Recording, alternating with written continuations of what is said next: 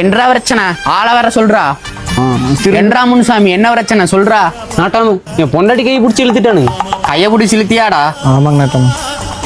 ஏன்டா உன் பொண்டாட்டி கைய பிடிச்சி இழுக்கிற அளவு நீ என்னடா பண்ணிட்டு இருந்த? நாட்டாம அவன் பொண்டாட்டி இடுப்பு பிடிச்சி கிள்ளிட்டு இருந்தேங்க நாட்டாம.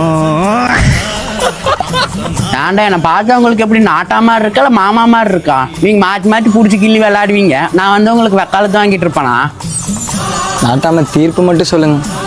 ஓ இது தீர்ப்பு வேற கேக்குறீங்களா? 2 பேர் பொண்டாட்டி என் வீட்டுக்கு அனுப்புடா. ஐயோ நாட்டாம எதுக்குங்க? டேய் தீர்ப்பு சொல்லி அனுப்புறேன்டா அவங்களுக்கு, நீங்க போங்கடா. சரிங்க நாட்டாம, நீங்க சொன்னா கரெக்டா தான் இருக்குங்க. அடுத்த பஞ்சாயத்தை வர சொல்றா. என்றா அவங்க பிரச்சனை?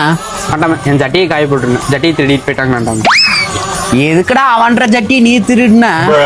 ஐயோ நாட்டாம வீட்டுல ஜட்டி வேற வாங்கிட்டல, ஜட்டி கலர் நல்லா இருந்துச்சுங்க, அதான் எடுத்துட்டீங்க. அப்படி என்றா கலரு? கிளி பச்சை கலருங்க. கிளி வச்ச கலராடா? எனக்கு ஒரு 2 நாள் குடுறா, நான் போட்டு பார்த்துட்டு தரேன். ஐயோ நாட்டாம எனக்கே பத்து, உங்களுக்கு படா சைஸ், உங்களுக்கு எப்படி பத்தோம்? ஏன்டா நாட்டாம் கிட்ட பேசுற பேச்சாடா இது?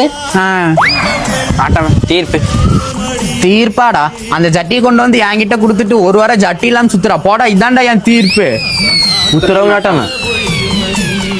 இதுதான்டா என் தீர்ப்பு. இனிமே என் தீர்ப்பெல்லாம் இப்படிதான்டா இருக்கும். இதுவே என் கட்டளை, என் கட்டளை என் சாமானம். சாமானம் இல்லைங்க, சாசனங்க. சாசனம் தான்.